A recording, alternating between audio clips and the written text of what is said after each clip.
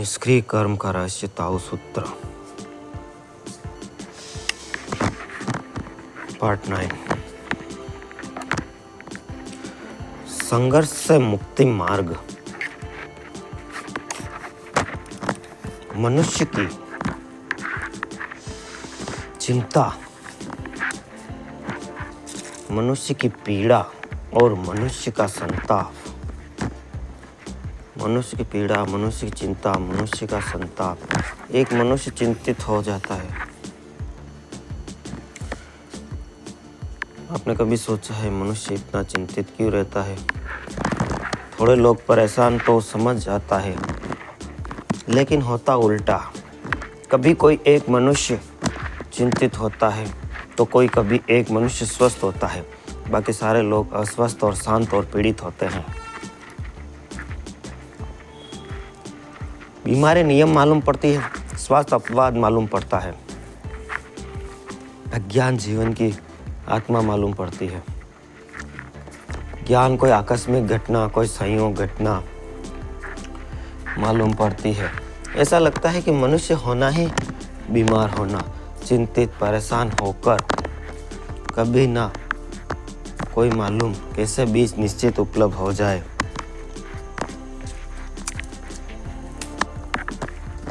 परमात्मा का कोई वरदान है, लेकिन नियम की यही मालूम पड़ता है कि हम हैं पीड़ित। लाओ का यह सूत्र बड़ा अद्भुत है। लाओ से कहता है कि इतने अधिक लोगों को परेशानी के कारण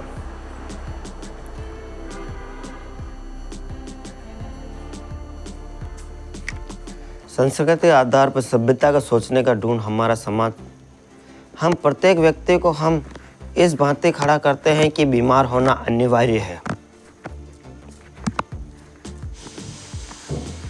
पश्चिम में नवीनतम खोजें यह कहती है कि प्रत्येक व्यक्ति जीनियस की तरह पैदा होता है, प्रतिभाशाली पैदा होता है, लेकिन हम सब मिलकर ऐसी व्यवस्था करते हैं कि उसकी प्रतिभा को हम सब इस तरह से कुंठित। स्वामी राम ने संस्मरण में लिखा है कि वो जब जापान गए तो उन्होंने कहा, देवदार के आकाश को छूने वाले वृक्षों को एक एक बलि का देखा, एक एक बीते का देखा। वो बहुत हैरान हुए। वृक्ष छोटे पौधे नहीं थे, 100-150 वर्ष पुराने थे। मालियों ने पूछा, इसका राज क्या है? तो मालियों ने गमले को उल्टा बताया। नीचे से गमले टूटे हुए थे और नियमित रूप से वृक्षों की जड़ें काट दी जाती। नीचे जड़ें नहीं बढ़ पाती, ऊपर वृक्ष नहीं बढ़ पाता। वृक्ष पुराना हो जाता है, बूढ़ा हो जाता, लेकिन बलिश से ऊपर ना उठ पाता, क्योंकि उठने के लिए जड़ों का नीचे जाना जरूरी है, जमीन में प्रवेश करना जरूरी है। वृक्ष उतना ही ऊपर जाता है जितने नीचे उसकी जड़ें चली जाती हैं। अब अगर माली ये तय कर ले कि जड़ों के बीच पहुंचने ही नहीं देगा, काटते चल जाता है, तो वृक्ष बूढ़ा हो जाए, लेकिन बड़ा नहीं होगा, उसकी जड़ों को काटते चले जाए। मनुष्य को बड़ा करने की हमारी जो व्यवस्था है वह जड़ों को काटने वाली।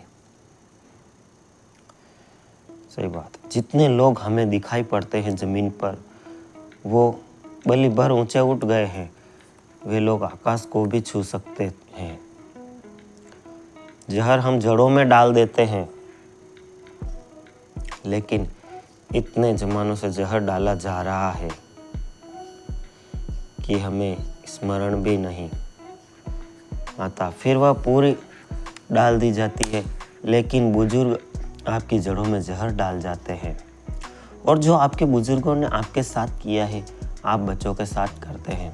सो कहते हैं, स्वभावतः हर पिता अपने बेटे के साथ वही दोहराता जो उसके पिता ने उसके साथ किया। एक विशेष सर्किल है, फिर एक दुष्ट चक्र की प्रतिभा होती चली जाती है। इस जहर के लिए लाओस ने कुछ बातें कही है। दोस्तों, आपने एक सीरियल देखा होगा, सास भी कभी बहू थी। हम रोज देखते हैं अड़ोस पड़ोस में, दूसरे शहर में, वह सास अपनी बहुओं को डांटती है। लेकिन आप यह ख्याल रखें कि जब वह बहू भी सास बनेगी तो अपनी बहू को भी वो उसी तरह डांटेगी जिस तरह उसकी सास उसको डांटती थी। इन बातों को समझने के लिए सबसे पहले यह समझ लेना होगा कि मनुष्य के मन में जो जहर सबसे ज़्यादा डाला गया, महत्वाकांक्षा। हेलो, हमारे सारे समाज की व्यवस्था पर खड़ी छोटे से बच्चे को भी हम बनाते हैं, ऐसा बनाते हैं, उसे दौड़ में लगाते हैं, एक ऐसी दौड़ में जहां उसे हर स्थिति में आने के लिए उद्यम किया जाता है, चाहे वो पढ़ना हो, स्कूल में हो, चाहे मिलता हो, चाहे आचरण सीखता हो, चाहे वस्त्र पहनता हो। वह जो भी कर रहा है या जो हम उसे करवाना चाहते हैं उसके करवाने का एक ही सूत्र है, हम उसे महत्वाकांक्षा में जकड़ देंगे। अवश्य कहते हैं हम उसे प्रतिस्पर्धा में, कंपटीशन में देंगे। महत्वाकांक्षा का अर्थ है हम उसके अहंकार में दूसरों लोगों के अहंकारों के प्रतियोगिता में खड़ा कर देंगे। हम उसके कहें कि दूसरे आगे ना निकल जाए, पीछे ना रह जाना बेटा, तेरे अहंकार के लिए फिर कोई गुंजाइश ना रहे, तो कहीं भी तू हो, तुझे प्रथम होने की कोशिश में लगे रहें। ये प्रथम होने की कोशिश हमारा चेहरा है। वस्त्र पहनते हो, व्यवहार करते हो तो, शिक्षित होते हो तो, धन कमाते हो तो, कुछ भी करते हो, पूजा प्रार्थना करते हो तो, त्याग तब करते रहते हो। निरंतर ये ख्याल रखना है कि मैं किन्हीं की तुलना में सोचा जा रहा हूँ। सदा मुझे यह देखना है कि दूसरों को देखते मैं कहाँ खड़ा हूँ, उनमें मेरा स्थान क्या है, मैं पीछे तो नहीं हूँ। अगर मैं पीछे खड़ा हूँ तो पीड़ा फलित होगी, पीछे खड़े हो तो। अगर मेरे पीछे लोग खड़े तो मैं प्रफुल्लित, हाँ मेरे से पीछे भी है। जब वो दूसरों के पीछा करने में दुख दे पाते, अन्यथा उसकी प्रफुल्लता नहीं, पीछे करने में उन्हें खुशी होती। पृथ्वी इतनी बड़ी है कि कोई कभी बिल्कुल आगे नहीं हो पाता, कोई न कोई किसी के पीछे है। जीवन इतना जटिल है कि इसमें प्रथम होने का कोई उपाय ही नहीं है, क्योंकि कहते हैं जटिलता अनेक मुखी। एक आदमी धन बहुत कमा लेता है, तब तो वह पाता है कि स्वास्थ्य में कोई उसकी, सड़क से भीख मांग रहा है आदमी, कोई कपड़े फटे हुए हैं लेकिन शरीर उसका बेहतर। एक आदमी स्वास्थ्य बहुत कमा लेता है, पाता है कि सौंदर्य में कोई दूसरा आगे निकल जाता है। एक आदमी धन बहुत कमा लेता है, बुद्धिमान में कोई आगे निकल जाता है। एक आदमी बहुत बड़ा बुद्धिमान हो जाता है, पाता है कि खाने को रोटी नहीं है। किसी ने बड़ा महल बना दिया, जीवन की बहुमुखी मल्टी डायमेंशन है, हर दिशा में मुझे प्रथम हो। आदमी अगर पागल ना हो जाए तो क्या होगा? और कोई उपाय नहीं। जो पागल नहीं हो पाते वो चमत्कार। यह पूरा का पूरा ढांचा पागल करने वाला है। जहाँ भी हम खड़े हैं वहाँ पीड़ा होगी। आगे किसी हम पाएंगे कोई आगे खड़ा है। महत्वाकांक्षा का अर्थ है कभी ये मत सोचना कि तुम कौन हो, सदा ये सोचना है कि तुम दूसरे की तुलना में क्या हो। तुम्हें कभी स्वयं को मत देखना, सदा तुलना कंपटीशन में देखना। कभी ये मत देखना कि तुम कहाँ खड़े हो, जहाँ सुख है या नहीं इसे मत देखना। तुम सदा ये देखना कि तुम दूसरों के मुकाबले कहाँ खड़े हो। दूसरे लोग तुमसे ज़्यादा सुखी तो नहीं खड़े, ये भी फिक्र मत करना कि तुम दुख के खड़े हो। सदा यह देखना कि दूसरे लोग कोई हर्ज नहीं हो सकता। सुना है मैंने गांव में एक पूर आ गया, बाढ़ आ गई। एक बूढ़े किसान नहीं, उसका पड़ोसी कह रहा था कि बूढ़ा आदमी बहुत चिंतित और परेशान दिखाई दिया। उसके पास खेत गए, उसकी गाय भैंस बह गए, बकरियां नदी में बह गई। पड़ोसी उस बूढ़े से कह रहा था कि बाबा बहुत चिंतित मालूम पड़ते हो, तुम्हारी सारी बकरियां नदी में बह गई। तो बूढ़ा पूछता है गांव में किसी और की तो नहीं बची? वो कहता है किसी की भी नहीं बची। वो बूढ़ा पूछता है तुम्हारी बह गई? वो कहता है हमारी भी। बूढ़ा कहता है फिर चिंतित क्यों हूँ?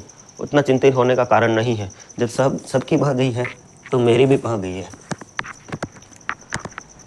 इतना चिंतित होने का कोई कारण नहीं है। सुख हो या दुख, विचार सदा करना है कि हम कहाँ खड़े हैं। ये कहते हैं कि चिंतन है हमारा मुक्त व्यक्ति की तरह, हम क्या हैं, कतार में हम कहाँ खड़े हैं और क्यों ऐसा गोल वर्कुल सर्कुलर हम आगे बढ़ते चले जाते हैं। कई दफ़ा हमें लगता है कि एक को पार किया तो दो को पार किया, तीन को पार किया, आशा बड़ी बंधती है। तीन को पार कर लिया तो जल्दी ही खत्म हो जाएंगे, लेकिन हर बार पार करके आगे लोग मौजूद। क्यों गोल? वे सीधी रेखा में इन्हें कोई उससे आगे पहुंच जाए तो अक्सर ऐसा होता है। बहुत दौड़ दौड़ के आगे पहुंचने वाला अचानक पाता है वो बहुत पीछे पहुंच जाए। अगर कोई गोल घेरे में खड़े हुए क्यों में आगे पहुंचने की कोशिश करेगा तो किस दिन पाएगा। छोड़ गया था पीछे तो अचानक आगे निकल गए। इसलिए सफलता के शिखर पर पहुंचे लोग अवसर विपन्न हो जाते हैं। सफलता के शिखर पर पहुंचे लोग अक्सर प्रोटेंट हो जाते हैं। वो फ्रस्ट्रेशन क्या है, ये विपन्नता क्या है, विपन्नता आखिर में हो जाते हैं, शिखर पर नहीं पहुंचेंगे। This video is sponsored by Dwarikadhish electric and power tools, all type of spare, Changedi road, Fatehnagar. इसलिए लास्ट का यह सूत्र, योगी का यह सूत्र इस संदर्भ में समझे। योगी कहता है यदि योग्यता की पद मर्यादा न बढ़े तो विनम्र हो या समग्र। योगी कहता है योग्यता को पद क्यों बनाए, इस वर्ग का मतलब इस वर्ग में निर्मल होगा। योग्यता को हम स्वभाव क्यों न माने, योग्यता को हम पद माने। कुशलता उसका स्वभाव है। एक आदमी संगीत में कुशल है, ये कुशलता उसके स्वभाव है। एक आदमी गणित में कमजोर है, यह कमजोरी उसका स्वभाव है। जो गणित में कुशल है उसकी कोई खूबी नहीं है, उसकी गणित की कुशलता उसे प्रकृति से मिलती है। और जो गणित में कुशल नहीं है उसका कोई दुर्गुण नहीं है, क्योंकि गणित की अकुशलता उसे उसी तरह प्रकृति से मिलती है जिसे कुशलता वाले कुशलता मिलती है। जैन फकीर रंजाई एक व्यक्ति को बता रहा है, झोंपड़े के बाहर देखते हो आकाश को छूटने वाले बड़े बड़े वृक्ष, आकाश को छूने वाले छोटी छोटी झाड़ियाँ घूमते हो। और फिर कहता है मुझे वर्षों हो गए इन वृक्षों के पास रहते, कभी मैंने झाड़ियों को यह सोचते नहीं देखा कि बड़े वृक्ष बड़े क्यों हो गए, और ना कभी मैंने वृक्षों को अकड़ते देखा कि ये झाड़ियाँ छोटी है, हम बड़े इतने बड़े हैं, हम अकड़े, हम घमंड करें। आदमी पूछता है उसका राज क्या है, तो रंजाई कहता है इसका राज सिर्फ इतना है कि झाड़ियाँ प्रकृति से झाड़ियाँ प्रकृति से वृक्ष है। बड़े होने का कोई पद नहीं है, छोटे होने में कोई पदहीनता नहीं है। जो प्रकृति वृक्षों को बड़ा बनाती है वही प्रकृति घास के पौधों को छोटा करती है। और जरूरी नहीं कि जो ऊंचा हो हर स्थिति में ऊंचा हो, ये भी बात सही है। जब तूफान आते हैं तो बड़े वृक्ष नीचे गिर जाते हैं, छोटे पौधे बच जाते हैं, छोटी झाड़ियाँ बच जाती हैं। नेपोलियन की ऊंचाई छोटी, बहुत लंबा नहीं था नेपोलियन बोनापार्ट, और अक्सर ऐसा हो जाता तो बहुत छोटी ऊंचाई के लोग बड़े पदों पर पहुंचने की कोशिश करते हैं। योगी कहते हैं अपनी लाइब्रेरी में एक दिन किताब निकाल रहा था, लेकिन अलमारी ऊंची थी और हाथ उसका पहुंचता नहीं था।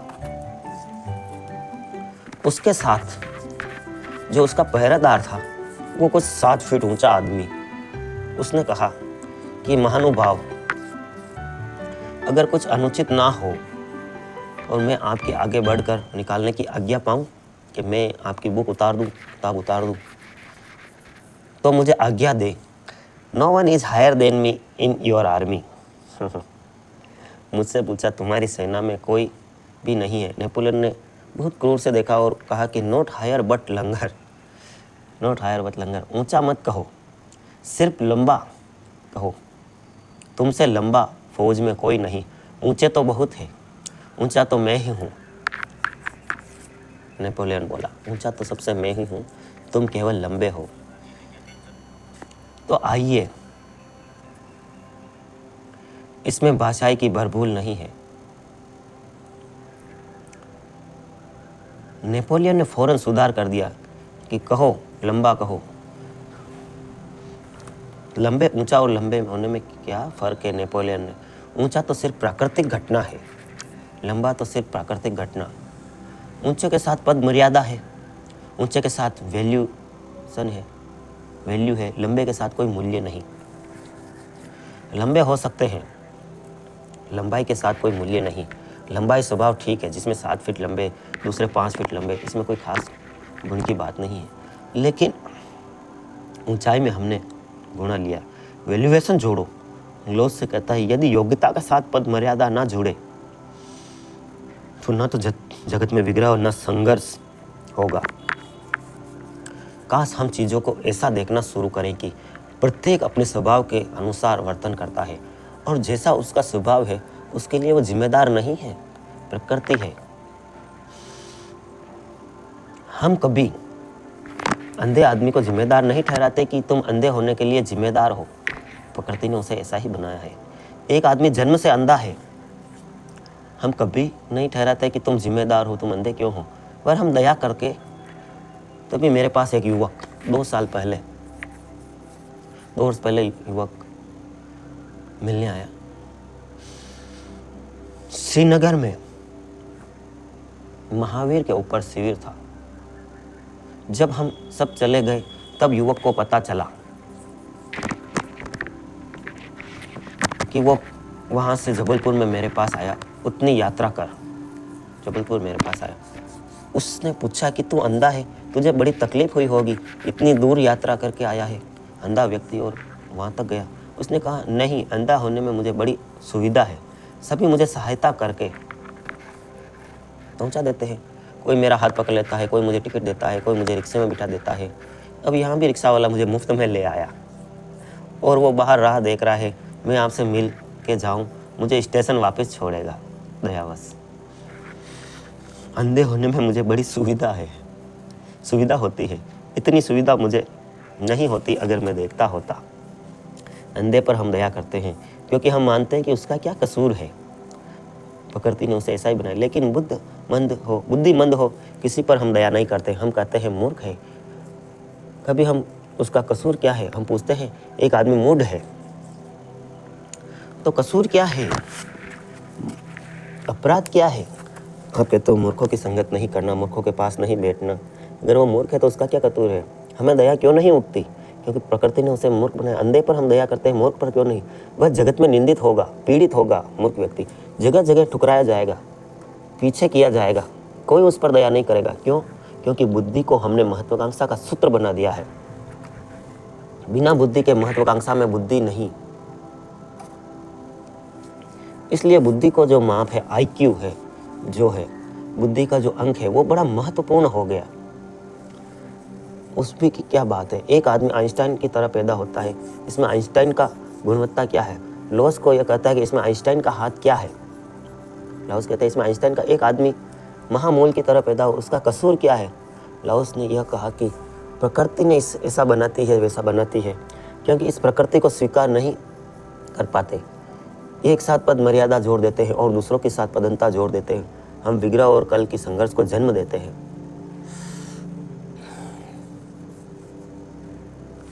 इसका अर्थ यह हुआ कि हम कभी यह नहीं देख पाते कि प्राकृतिक क्या है, स्वाभाविक क्या है। हम अपनी आकांक्षाओं को प्रकृति पर थोप कर विचार करते हैं। उल्लास है प्रकृतिवादी, खुशी है प्रकृतिवादी, स्वभाववादी। ताव का अर्थ है स्वभाव। वो कहता है हम ऐसे जैसे हैं वैसे जिए और दूसरे भी जैसे हैं वैसे उनको जीने दो, यह उनकी प्रकृति है। और ऐसा अपनों को नहीं कहता, वो दूसरे भी कहता है दूसरा ऐसा करेंगे। ऐसी बात को मानने का अर्थ यह होगा कि जगत में फिर चोर है, बेईमान है, बुरे लोग हैं। अगर हम ऐसा माने कि प्रकृति है, स्वभाव है, तो प्रकृति ने चोर बनाया, तो फिर हम क्या करें?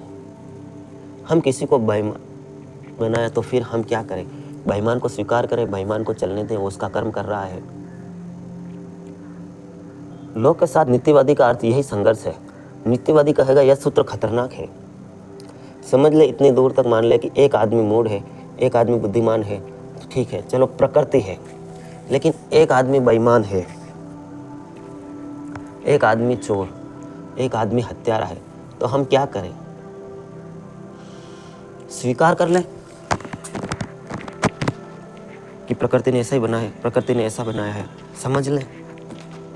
सोचिए, कुछ समझ में आ रहा है तो एक छोटा सा कमेंट किया। अगर पूछे तो लॉस कहेगा कि तुमने स्वीकार किया है, तुमने कितने हत्यारों को गैर हत्यारा बना पाए, तुमने स्वीकार नहीं किया, तुम कितने बेईमानों को ईमानदार बनवाया,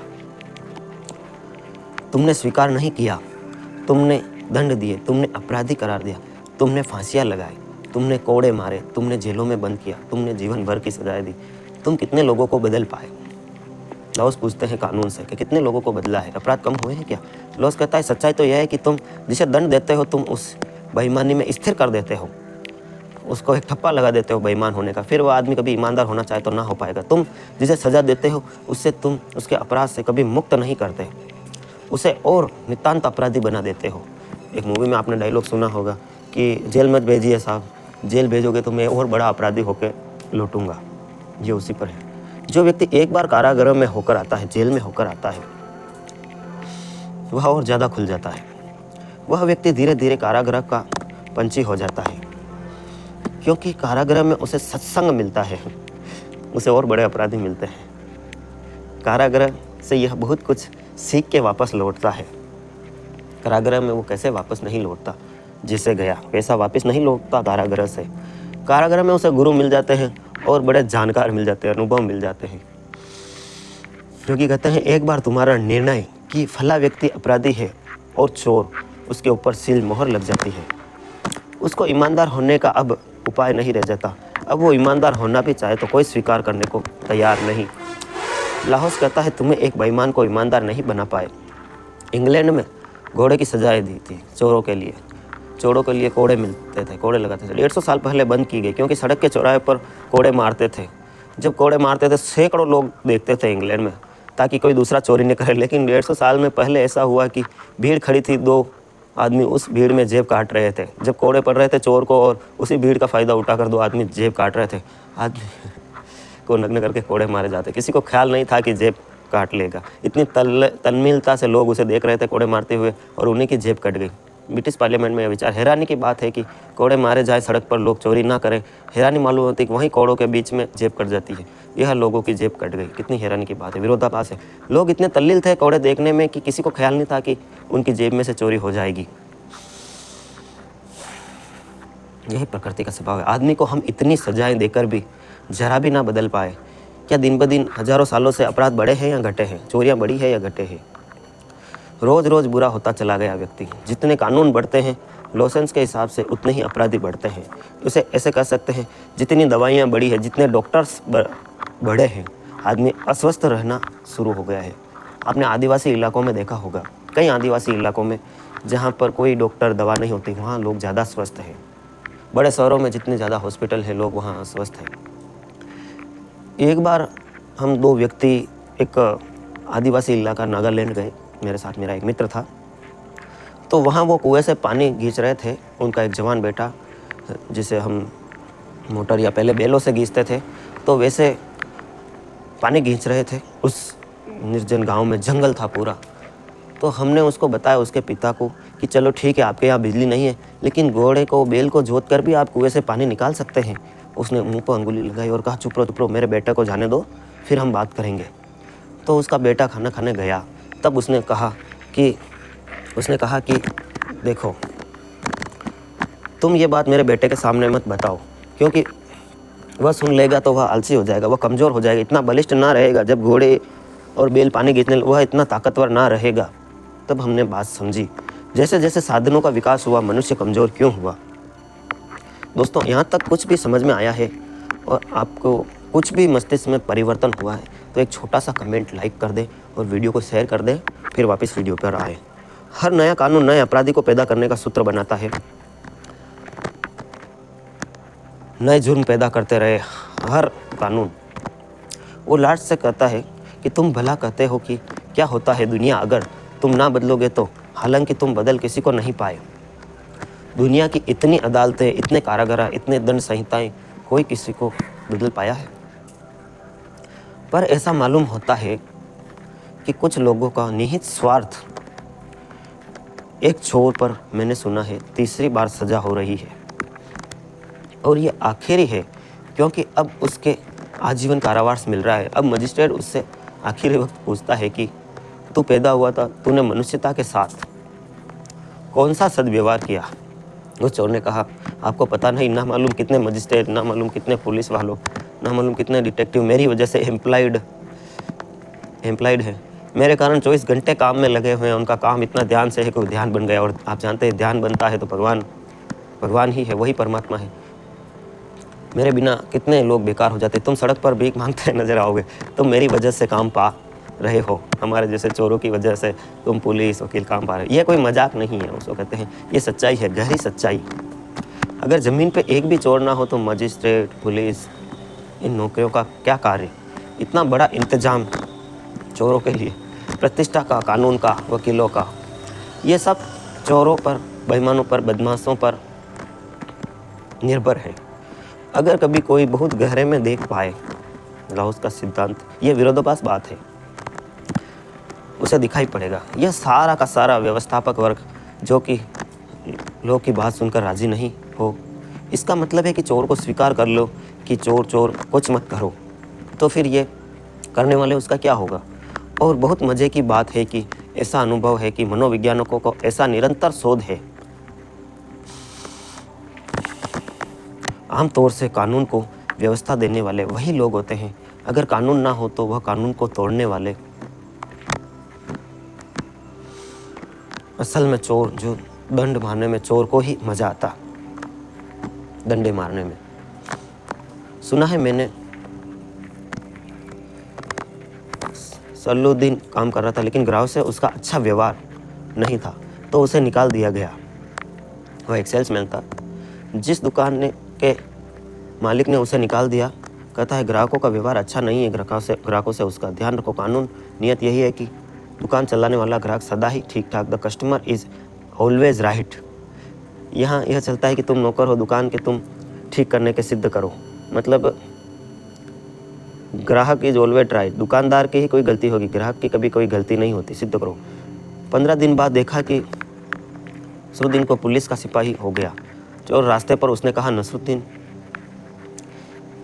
क्या सिपाही की नौकरी पर चले गए हो? नसरुद्दीन ने कहा, फिर बहुत सोच विचार के कहा, only job where customer is always wrong. ये ऐसी जॉब है जिसमें कस्टमर हमेशा रॉन्ग होता है, जहाँ ग्राहक सदा गलत होता है। ये जॉब ऐसी है, मतलब पुलिस की नौकरी। ये और धंधा अपने को नहीं चलेगा। मतलब किराने की दुकान पर वो था तो कस्टमर को भगवान समझा जाता था, जब पुलिस की नौकरी में था तो कैसे केस आते हैं आप जान सकते हैं। कानून की जो नियामक शक्तियाँ हैं उसको ही नहीं, साधु सन्यासियों को भी बहुत आपत्ति करता है, क्योंकि साधु अपने साधुता को स्वभाव नहीं मानता, अपना अर्जित गुण मानता है। साधु कहता है कि मैं साधु हूँ, बड़ी चेष्टा की, बड़ी उसने बहुत आडंबर, यह मार्ग बड़ी तपश्चर्या का है, तब मैं साधु हुआ, और तुम साधु नहीं हो क्योंकि तुमने कुछ नहीं किया। लाओ की साधुता को परम कहता है, अगर मैं साधु हूँ तो इसमें मेरा कोई गुण नहीं है। इसका परम साधुता को समझे। लाओ कहता है कि अगर मैं साधु हूँ तो इससे मेरा कोई गुण नहीं है।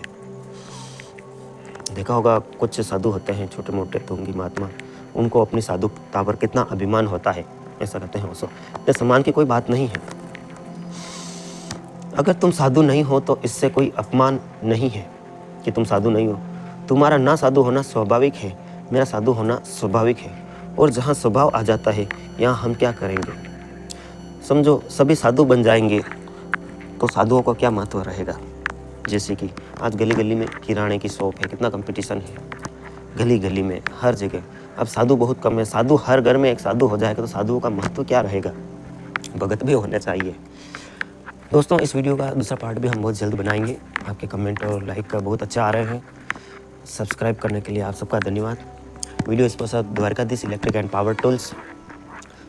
आप सबके भीतर बैठे परमपिता परमेश्वर को प्रणाम करता हूं, धन्यवाद। द्वारकाधीश इलेक्ट्रिकल सभी प्रकार के ट्रिमर होलसेल रेट पर, ट्रिमर, हेयर ड्रायर उपलब्ध, 3 in 1 ट्रिमर भी उपलब्ध।